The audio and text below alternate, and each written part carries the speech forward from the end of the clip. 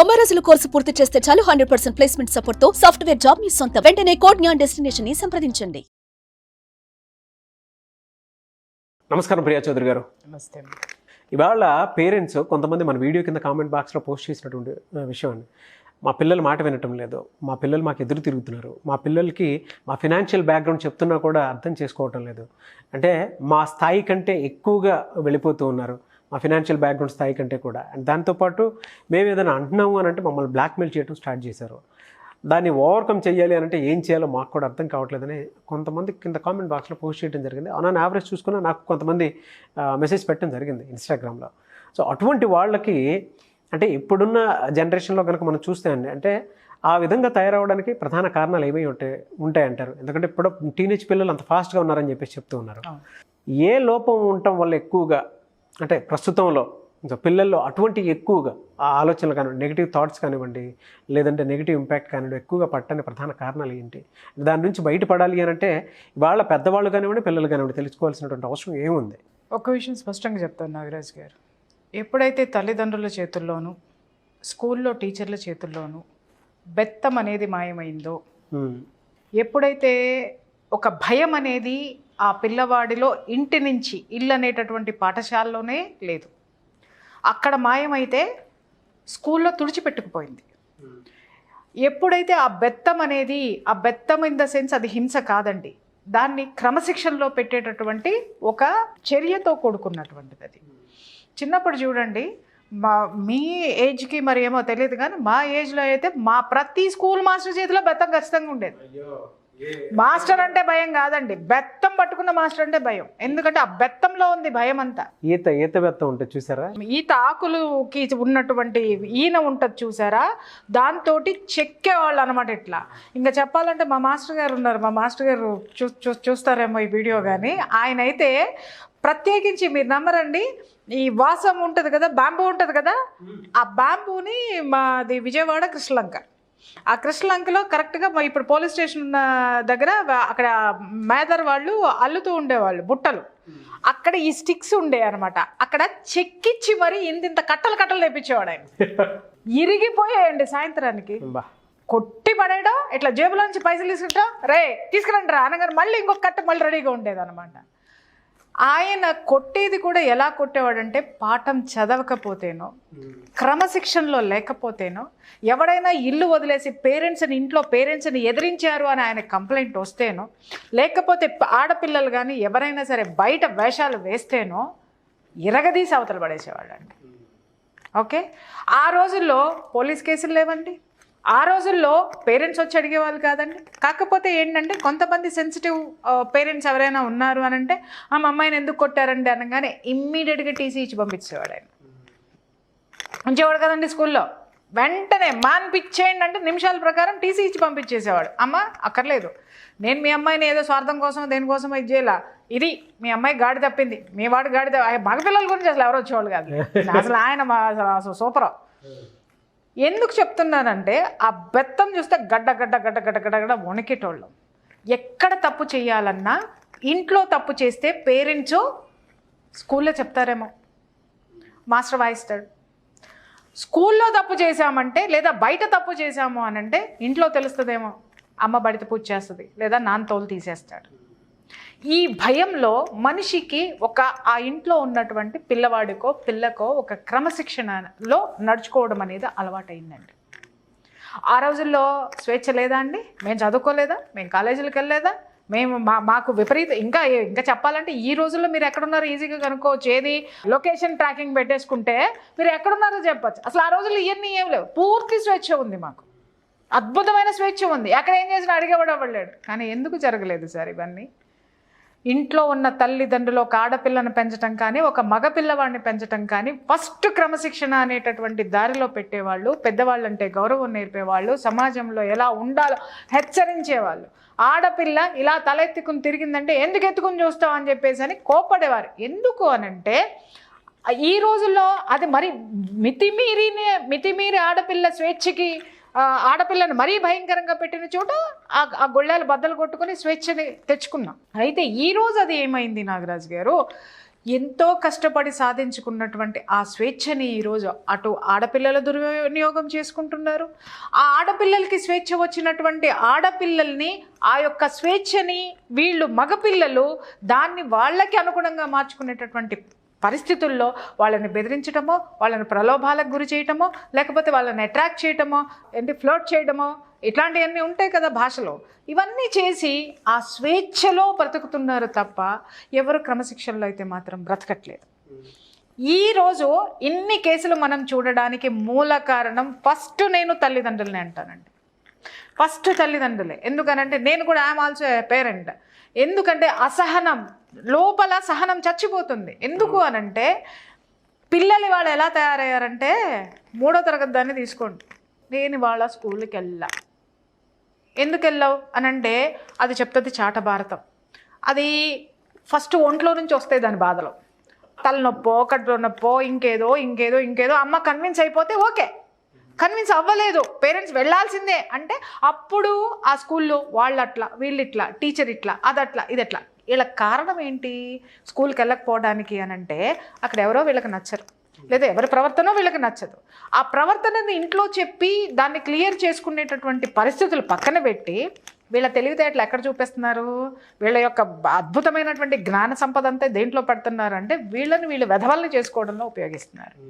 ఇవాళ విపరీతమైనటువంటి దాన్ని ఏమంటారు, నాలెడ్జ్ మాకుంది అని ఫీల్ అవుతున్నారు. దాన్ని నాలెడ్జ్ అనరు సార్, దాన్ని నాలెడ్జ్ అనరు. మాకు అన్నీ తెలుసు, మాకు మొత్తం ప్రపంచమంతా మా చేతిలో ఉంది, ప్రపంచమంతా మాకు తెలుసు అని అంటున్నారు. తెలిసిన ఈ ప్రపంచంలో మీరు సాధించింది ఏంటో చెప్పండి. ఈరోజు ధైర్యంగా ఒక ఆడపిల్ల ఒక నిర్ణయం తీసుకొని బయటకు వచ్చి ఏ విధంగా తను ఒకళ్ళకి ఐకాన్ లాగా నిలబడుతుంది. యూట్యూబ్లు తీసేయండి, టిక్టాక్లు మానేయండి, ఈ దరిద్రాల గురించి మాట్లాడకండి నాతోటి. ఇంకొకళ్ళకి ఐకాన్గా విజ్ఞానాన్ని అందుకుని ఏదైనా సాధించి ఒక సింగర్ గానో, ఒక మంచి క్లాసికల్ డాన్సర్ గానో, క్లాసికల్ కాదు వెస్టర్న్ అయినా సరే ఒక డాన్సర్ గానో, లేదా ఏదైనా ఒక సబ్జెక్ట్లో ప్రతిభ చూపించో. ఇవాళ ఎందుకు శకుంతలాదేవులు ఎందుకు లేరండి? అవును, ఎక్కడ కనపట్టలేదు ఎందుకనండి? ఒక సివి రామన్ ఎందుకు లేడండి? అబ్దుల్ కలాం ఎందుకు లేడండి? ఎక్కడికి పోయినారు సార్ వీళ్ళందరూ? యూత్లో ఎక్కడికి పోయినారు అనంటే వాళ్ళని లోపల చంపేస్తున్నారు వీళ్ళు. కారణం ఎవరంటే తల్లిదండ్రులే. ఎందుకంటే చిన్నప్పుడు పొద్దున్నే లెగిస్తే వీళ్ళల్లో నుంచి, తల్లిదండ్రుల్లో నుంచి మాటలు ఏంటంటే ఒక్కొక్క ఐకాన్ని, ఒక స్వాతంత్ర సమరయోధుడినో లేకపోతే ఇంకెవరినో చూపించి వాళ్ళ గురించి చాలా గొప్పగా వీళ్ళకి అన్నం ముద్దలు పెడుతూ మాట్లాడేవాళ్ళు. ఆ అన్నం ముద్దతో పాటే ఆ వాళ్ళ యొక్క భావాలు లోపలికి వెళ్ళిపోయి జీర్ణించుకున్నాయి. ఆ భావాలు జీర్ణించుకుని మనం కూడా అలా తయారవ్వాలి. మనం కూడా ఇలా క్రమశిక్షణతో, ఆడపిల్లని క్రమశిక్షణతో పెట్టాలి అనంటే ఆ తల్లి ఏం చెప్పేది అనంటే, ఆడపిల్లను కూర్చోబెట్టి ఏం చెప్పేది అనంటే, అమ్మ పలానా వాళ్ళ అమ్మాయి ఒకప్పుడు తప్పు చేసింది, ఇప్పటి వరకు వాళ్ళని ఇంటి గడప తొక్కనివ్వలేదు, ఇలా ఇండైరెక్ట్గా హెచ్చరించుకుంటూ వచ్చేది. పలానా వాళ్ళ అమ్మాయి ఈ విధంగా చేసింది, దాన్ని ఎవరు సమాజంలో చూడట్లేదు, ఈ విధంగా తల్లి ఇండైరెక్ట్గా హెచ్చరించుకుంటూ వచ్చేది. సో ఈ పిల్లలు మొదటి నుంచి ఏంటంటే, అమ్మో నేను ఆ దారికి వెళ్ళకూడదు, నేను ఇలా టూ మచ్గా స్మార్ట్గా బిహేవ్ చేయకూడదు, చేస్తే నా దవడ వాచిపోతుంది, నాకు ఈ ఇంట్లో స్థానం ఉండదు అని అనుకున్నారు. ఈరోజు మనం అనుకుంటున్నాం నాగరాజు గారు, ఆర్థిక స్వేచ్ఛ వచ్చింది కాబట్టి ఆడపిల్లలు మగపిల్లలు ఇలా తయారైనారు, ఆడపిల్లలు ఇట్లా తయారైనారు అంటున్నారు. ఒకప్పుడు మేము ఉద్యోగాలు చేయలేదా అండి? మాకు ఆర్థిక స్వేచ్ఛ లేదా అండి? మా జీతం మొత్తం తీసుకెళ్ళి మా పేరెంట్స్ చేతిలో పెట్టేవాళ్ళమండి. పెట్టాలి సార్. తిరిగి మాకు పాకెట్ మనీ వచ్చేది, తిరిగి మాకు ఏ ఖర్చులు ఉన్నాయో అవి వచ్చేవి. దానికి మించి ₹1 బయటికి వెళ్తే దాని మీద మానిటరింగ్ ఉండేది. ఈరోజు దానికి మనం ఏం చెప్తున్నాము అనంటే, స్వేచ్ఛగా బ్రతకద్దా, స్వేచ్ఛగా ఉండద్దా, అనుభవించద్దా? మేమన్నీ అనుభవించాం సార్, అద్భుతాలను అనుభవించాం, అద్భుతమైన గురువుల్ని యొక్క బోధల్ని వాళ్ళ యొక్క దారిలో మేము నడిచాం, ఎన్నో అద్భుతాలు చూసాం ఈ ప్రపంచంలో. జ్ఞానం ఎక్కడుంటే అక్కడికి పరిగెట్టుకొని వెళ్ళాం, అవన్నీ తీసుకున్నాము.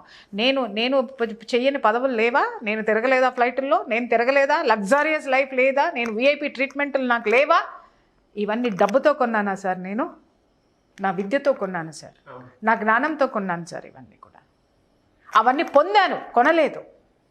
డబ్బుతో నేను ఇవన్నీ నాకు రాలేదండి. నేను నాకు ఇంట్లో 2 కార్లు ఉన్నాయి సార్. ఈ రోజుకి నేను ఆటోలోనే తిరుగుతాను, ప్రతి ఆటో వాళ్ళు, ప్రతి క్యాబ్ వాళ్ళు నన్ను రికగ్నైజ్ చేసి వాళ్ళకి ఉన్న ఎక్స్పీరియన్స్లు చెప్తుంటే నాకు ఒక ఆనందం, ఒక గర్వం వస్తుంది. గర్వం అంటే అదేదో నేను గొప్పదాన్నని కాదు, నా వల్ల ఎడ్యుకేట్ అవుతున్నారా, ఇది నా తల్లి చిన్నప్పటి నుంచి నన్ను తీర్చిదిద్దబట్టి, నా మాస్టర్స్ తీర్చిదిద్దబట్టి, నేను ఒక క్రమశిక్షణలో పెరగబట్టి. మీకు ఒక విషయం తెలుసా, మా ఇంట్లో నిద్ర లేవగానే ఫస్ట్ పక్క దుప్పట్లు మడత పెట్టాలి. పక్క దుప్పట్లు మడత పెట్టకపోతే ఉండేది సార్, మామూలు ఉండేది కాదు సార్. ఫస్ట్ ఫ్యాన్, ఇంట్లో ఎవరు లేకుండా ఫ్యాన్ తిరుగుతుందో ఆ బాధ్యత రాహిత్యానికి మామూలుగా ఉండేది కాదు. తిన్న కంచం చుట్టూ ఎంగిలి పడిందో, నీట్గా లేదో, మామూలు క్లాస్ ఉండేది కాదు సార్. ఓకే, ఒకప్పుడు మేమేమనుకున్నాం తెలుసా నాగరాజు గారు, ఇన్ని రెస్ట్రిక్షన్స్ తోటి మేము పెరగాల. మేము కూడా సినిమాలు చూసేవాళ్ళం కదా, సినిమాలో హీరోయిన్ లాగా ఎంత హ్యాపీగా టిక్టాక్గా తయారైపోయి విచ్చలవిడితనంగా మేమెందుకు తిరగకూడదు అని అనుకున్నాం. కానీ ఈరోజు ఈ ప్రపంచాన్ని చూస్తే నా పెద్దవాళ్ళందరికీ కూడా నా జీవితంలో క్రమశిక్షణ నేర్పిన ప్రతి ఒక్కళ్ళకు కూడా చేతులు 2 ఎత్తి దండం పెడతాను సార్ కన్నీళ్లతోటి. ఎందుకంటే ఆ క్రమశిక్షణే వాళ్ళు నాకు నేర్పి ఉండకపోతే ఈరోజు ప్రియా చౌదరి ఇక్కడ ఉండేది కాదు సార్, ఎప్పుడో అధ్యాయం ముగిసిపోయేది. ఎలా అండి, అంటే ఇటువంటి ప్రాసెస్లోనే పిల్లలకి ఆ క్రమశిక్షణ డెవలప్ అవ్వాలి అని అంటే పేరెంట్స్ కానివ్వండి, పిల్లలు కానివ్వండి, ఏం చేయాల్సినటువంటి అవసరం ఉందండి? ఈ రోజు నేను ఒక్క విషయం చెప్తాను. ముందు అసలు పేరెంట్స్కే తెలియట్లేదు సార్ ఎట పెంచాలి. ముందు పేరెంట్స్కే తెలియట్లేదు వాళ్ళ సమాజంలో ఎక్కడున్నారో, ముందు అది తెలుసుకోమని చెప్పండి సార్. అసలు వాళ్ళు ఒక హ్యూమన్ బీయింగ్గా ఈ సమాజం నుంచి వాళ్ళు ఎన్నుకున్నటువంటి ప్రజాప్రతినిధులు కానివ్వండి, వాళ్ళు ఉంటున్నటువంటి ఆ యొక్క వాతావరణం కానివ్వండి ఎలా ఉందో ఒక్కసారి బేరీ చేసుకోమని చెప్పండి. ఎవరికైనా పట్టిందా సార్? 5 ఏళ్లకు ఒకసారి ఓటేసి వచ్చేసి కూర్చుంటారు. వాడు ఎదవల్ని దించుతున్నాడు, లేకపోతే నువ్వు ఎవరిని ఎంచుకుంటున్నావో ఆ వాతావరణమే నీ చుట్టూ ఉంటుంది, ఆ వాతావరణమే ప్రోత్సహిస్తుంది. అక్కడికి వెళ్ళిన తర్వాతనే ఇది ఉంటుంది. ఇవాళ ఒక సినిమా యాక్టర్ పక్కన భుజాన్ని చేసుకొని ఫోటో దిగేసి స్టేటస్లో పెట్టుకుంటే వాడితో ఒకప్పుడు అనకూడదు, కానీ ఐఎమ్ సారీ చెప్పాలి. కానీ ఎందుకంటే ఎన్టీ రామారావు గారు అంతటా ఆయన ఎదుర్కొన్నాడు ఇలాంటి అవమానాలన్నింటినీ. సినిమా స్టార్ పక్కన ఉండడం అనంటే అదొక పెద్ద తప్పు సార్. ఆ వాతావరణంకి వెళ్ళకూడదు. అంటే తప్పు అంటే మళ్ళీ అందరు సినిమాలు చూసేవాళ్ళు, అది ఎంటర్టైన్మెంట్ భాగం వరకు మాత్రమే తీసుకునేవాళ్ళు తప్ప. ఇప్పటికీ కొన్ని ఫ్యామిలీస్లో స్టిల్ ఎంటర్టైన్మెంట్ పార్ట్ అని అంటే 100% నెగటివ్ థాట్తో ఇంపాక్ట్, నెగటివ్ థాట్ తోటి ఉంటారు. నెగటివ్ థాట్ తోటి ఎందుకు ఉంటారంటే పూర్తి స్వేచ్ఛ ఉంది అక్కడ. ఇక్కడ మనుషుల మీద వ్యతిరేక భావం కాదు సార్. ఆ యొక్క దాంట్లో పూర్తి స్వేచ్ఛని, సమాజాన్ని, తల్లిదండ్రుల్ని అందరినీ ఎదిరించి ఒక బాధ్యతారాహిత్యమైనటువంటి క్యారెక్టర్స్ తెర మీద కనపడుతున్నాయి కాబట్టి వాళ్ళు వ్యతిరేకించారు దాన్ని. ఆ బాధ్యతాయుతమైన సినిమాలు లేవా? అద్భుతంగా ఉన్నాయి. వాటిల్లో నుంచి మేము బోళ్ళన్నీ నేర్చుకోలేదా? నేర్చుకున్నాం. కానీ ఎక్కడ మొదలైంది? ఇంటి నుంచి మొదలైంది. దేన్ని తీసుకోవాలి, దేన్ని వదిలేయాలి అనేది మరి మా పెద్దవాళ్ళు. ఇవాళ అందరి పేరెంట్స్ బీటెక్లు, ఎంటెక్లు, ఎంఎస్సీలు, ఎంఏలు, అబ్బో అద్భుతంగా అన్నీ చదివేశారు. కానీ మా పేరెంట్స్ ఏం చదవలేదు నాగరాజు గారు. సమాజాన్ని చదివారు, భవిష్యత్తుని చదివారు. వాళ్ళు చదువుకున్నదేంటి? వాళ్ళకి లోక జ్ఞానం అద్భుతంగా ఉంది. ఈ లోకంలో బ్రతకాలి అనంటే ఏం కావాలో వాళ్ళకి తెలిసినంత గొప్పగా ఈరోజు చదువుకున్నాం అనేటటువంటి పట్టభద్రులకు ఎవరికైనా తెలిసేమో చెప్పండి. ఎలా అండి, అంటే ఈ ప్రాసెస్లో పేరెంట్స్ కానివ్వండి, పిల్లలు కానివ్వండి, ఏ విధంగా ముందుకు వెళ్ళాల్సినటువంటి అవసరం ఉందంటారు? మీరు చెప్పిన విధంగా ఒకప్పుట్లాగా బెత్తం పట్టుకుని కొట్టాలి, తిట్టాలి అని అంటే ఇప్పుడున్న దాంట్లో అంతా ఫ్రెండ్లీ ఎన్విరాన్మెంట్ లేదు అని అంటే లీగల్గా వెళ్ళిపోతున్నారు. సో అలానే కాకుండా దాన్ని ప్రోత్సహించాలని కూడా మనం అప్పుడు చిన్నప్పట్లో అయితే మనం చదువుకున్నాము, ఆ స్టైల్ వాతావరణాన్ని అడాప్ట్ చేసుకున్నాం కాబట్టి ఇక్కడ దాకా రీచ్ అయినటువంటి వాళ్ళు ఉన్నాం. బట్ ఇప్పుడున్న జనరేషన్ అంటే తీసుకోలేరు కొంతమంది, మనం ఇలా మాట్లాడినా కూడా. బయట పడాలి అని అంటే ఎలా అండి ఓవర్కమ్ చేయాలి? నాగరాజు గారు ఇక్కడ ఒక్క వర్డ్ నేను మాట్లాడతానండి. ఇప్పుడు మీరు అన్నారు కదా లీగల్గా వెళ్తున్నారండి మనం ఏదన్నా మాట్లాడితే అని మాట్లాడుతున్నారు కదా. నిజంగా అక్కడ హింస అనేది జరిగితే దాన్ని ఖచ్చితంగా లీగల్గా వెళ్ళాలి, కొట్లాడాలి, వాళ్ళని వాళ్ళు ప్రొటెక్ట్ చేసుకోవాలి సార్. క్రమశిక్షణ మీద జరిగిన దాన్ని హింస అని చూపించేటటువంటి ఆ వ్యవస్థను కూడా మనం క్వశ్చన్ చేయాలిగా. వ్యవస్థలు మన కోసం ఉన్నాయా, మనం వ్యవస్థల కోసం ఉన్నామా? అక్కడ కూడా ఆలోచించాలి కదా మేధావులు. అక్కడ కూడా ఇక్కడ సమాజం ఎటుపోతుందనేది ఆలోచించాలి కదా నాగరాజు గారు. అది జరగటం లేదు. సరే, ఇప్పుడు మీరు అన్నారు కదా ఎక్కడా కూడా లేదు. మీరు అన్నట్టు ఏదైనా ఎక్కువ మీరు బెత్తం పట్టుకుని కొట్టారు, పేరెంట్స్ కొట్టారు అని అంటే అది పెద్ద ఇష్యూ అవుతుంది. టీచర్లు కొట్టారంటే ఇంకా పెద్ద ఇష్యూ అవుతుంది. నాలంటాళ్ళు చెప్పారు అని అంటే బెదిరింపులు అనేవి వస్తున్నాయి. ఇవన్నీ అనుకుందాం, ఇవన్నీ నెగిటివ్లోనే ఉన్నాం. టోటల్గా నెగిటివ్ ప్రపంచంలో, బెదిరించేటటువంటి ప్రపంచంలో మనం ఈరోజు బ్రతికేస్తున్నాం. దాన్ని ఎలా ఓవర్కమ్ అవ్వాలి? మీరు ఎన్ని మార్గాలు ఎతకండి నాగరాజు గారు, మీరు ఎంతన్నా ఎతకండి, ఒకటి ఈ ఈ నాగరికత ప్రపంచంలో మనిషి మర్చిపోయింది ఏంటి అని అంటే తనను తాను వెతుక్కోవడం మర్చిపోయాడు. ఆ తనను తాను వెతుక్కోవడం మర్చిపోయి ఎదుటివాడు వేసుకున్నదో ఎదుటివాడు అనుభవించేది ఎక్కడుందో వెతుకుతున్నాడు. అందుకే వీడు మనశ్శాంతిని కోల్పోతున్నాడు, అందుకే వీడు ఉన్మాదానికి గురవుతున్నాడు, అందుకే వీడు నిరుత్సాహానికి గురవుతున్నాడు, డిప్రెషన్లోకి వెళ్తున్నాడు. ఇవి ఎన్నో విధాలుగా హింసాత్మకమైనటువంటి సంఘటనలకు దారితీస్తున్నాయి. నీలో ఉన్నటువంటి ఈ అవలక్షణాలన్నింటినీ కూడా క్రమశిక్షణలోకి నీకు నువ్వే తెచ్చుకోవచ్చు అనేటటువంటి ఆ యొక్క సత్యం నీకు తెలుసా? ఈరోజు ఎంతోమంది బోయవాడు వాల్మీకి ఎలా అయ్యాడు సార్? కరుడుగట్టినటువంటి బందిపోటు దొంగ వాల్మీకి.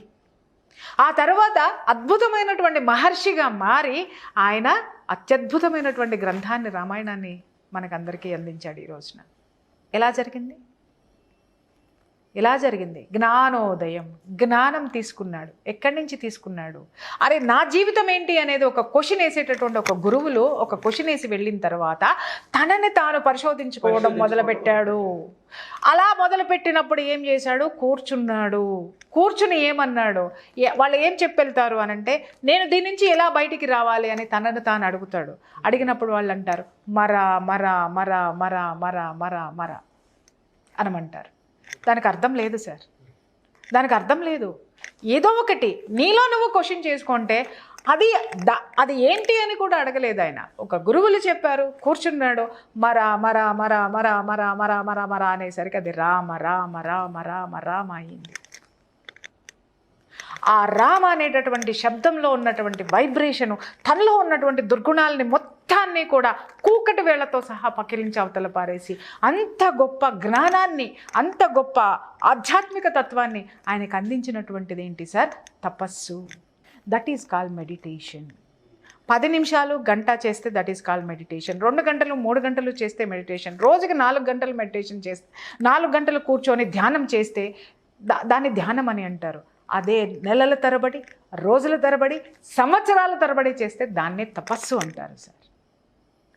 అట్లీస్ట్ నిన్ను నువ్వు తెలుసుకోవడానికి ఈరోజు పేరెంట్స్తో సహా వాళ్ళకు కూడా ఈ ప్రపంచంలో ఎలా బ్రతకాలో తెలియడం లేదండి. వాళ్ళకు కూడా ఈ ప్రపంచంలో వాళ్ళ పిల్లల్ని ఎలా ముందుకు తీసుకెళ్లాలో తెలియటం లేదండి. ఇక్కడ పేరెంట్స్ అండ్ పిల్లలు ఇద్దరూ కూడా కనీసం మెడిటేషన్ స్టార్ట్ చేయండి. మెడిటేషన్ స్టార్ట్ చేస్తే మీలోకి మీరు తొంగి చూస్తే మీ ఆలోచన క్రమక్రమంగా మీ బ్రెయిన్ తనని తాను ఒక కొత్త ఉన్నతమైనటువంటి స్థితికి చేరుకునేటటువంటి వైబ్రేషన్ని తాను పొందేటటువంటి అవకాశం ఈ విశ్వం నుంచి తీసుకుంటుంది. మీ బ్రెయిన్కి ఇవ్వండి, మీ బ్రెయిన్కి పని పెట్టండి. ఏ పని పెడతారు? నిశ్శబ్దం అనేటటువంటి పని పెట్టండి. ఆ మెడిటేషన్లో కూర్చోండి. మిమ్మల్ని మీరు ఎంత అద్భుతంగా తీర్చిదిద్దుకోగలరు అని అంటే, నాగరాజు గారు చిన్న ఎగ్జాంపుల్ చెప్తాను. నాగరాజు గారు, అబ్దుల్ కలాం గారు, ఆయన చదువుకున్న సబ్జెక్ట్ ఒకటైతే ఆయనకు వచ్చిన ఉద్యోగం ఒకటి. ఆయన చాలా నిరుత్సాహపడిపోయాడు. అరే నేను చదువుకున్నదంతా ఇది, నాకు వచ్చిన జాబ్ ఏమో చూస్తేనేమో డిఫెన్స్లో వచ్చింది. ఆయన విమానాల గురించి చదువుకున్నాడు, ఈయనకి డిఫెన్స్లో వచ్చింది. పోయి అరుణాచలం వెళ్ళిపోయాడు ఆయన. చూడండి, ఆధ్యాత్మికత్వం అనేది మనిషిని ఎంత సన్మార్గాల్లో పెడుతుంది అనడానికి మిగిలిన విషయాల గురించి నేను మాట్లాడాలి. నాకు తెలిసింది, నేను తెలుసుకున్నది, నేను చెప్పేది, నేను చెబుతున్నది మాత్రము నేను చూసింది చెప్తున్నా. హ్యాపీగా ఆయన ఒక స్పిరిచువల్ ప్లేస్కి వెళ్ళిపోయాడు. అరుణాచలం వెళ్ళిపోయి అక్కడ కూర్చున్నాడు, మెడిటేషన్లో కూర్చున్నాడు. ఆయన కూర్చొని క్వశ్చన్ చేసుకున్నాడు, శివుడిని క్వశ్చన్ చేశాడు. నాయన, నేను ఇది చదువుకున్న సబ్జెక్ట్ విమానాల గురించి, నువ్వు నాకు ఇచ్చింది డిఫెన్స్లో ఇచ్చినావు, ఇది ఏంటి అని అన్న తర్వాత తనలో నుంచి తన అంతరాత్మ చెప్పినటువంటి ఒక శబ్దం బయటకు వచ్చింది, ఒక సమాధానం బయటకు వచ్చింది. ఏంటి అనంటే, నువ్వు దీంట్లో ఏదో సాధించాల్సింది ఉంది, నువ్వు సాధించాల్సింది దీంట్లో ఉంది. నీ చదువు వేరు, నీ యొక్క విజ్ఞానం వేరు. నీ విజ్ఞానం దీనికి అవసరము, నువ్వు ఏదైతే అది చదువు, బట్ విజ్ఞానము, నీ యొక్క క్రమశిక్షణ, నీ యొక్క పట్టుదల, నీ యొక్క ఆలోచన విధానము ఇక్కడ అవసరం ఉంది. కాబట్టి నిన్ను నేను ఈ ప్లేస్లో పెట్టాను అని ఆ శివుడు నుంచి ఒక వాక్కు ఆయనకు వినిపించింది. అర్థమైందా సార్? ఇమ్మీడియట్గా అక్కడి నుంచి ఆయన కృతజ్ఞతలు చెప్పుకొని, శివుడికి కృతజ్ఞతలు చెప్పుకొని వచ్చి జాయినింగ్ లెటర్ ఇచ్చేసినాడు. చూస్తే ఏం జరిగింది సార్? ఇవాళ ప్రపంచ పటంలో భారతదేశము అణుబాంబులు తయారు చేయడంలో కూడా సిద్ధహస్తురాలు అని చెప్పేసి ఒక ఒక స్థానాన్ని ప్రపంచ పటంలో నిలబెట్టినటువంటి అద్భుతమైనటువంటి గట్స్ ఉన్నటువంటి మిజైల్. థ్యాంక్ యూ అండి, thank you so much Priya Chaudhary గారు. Thank you.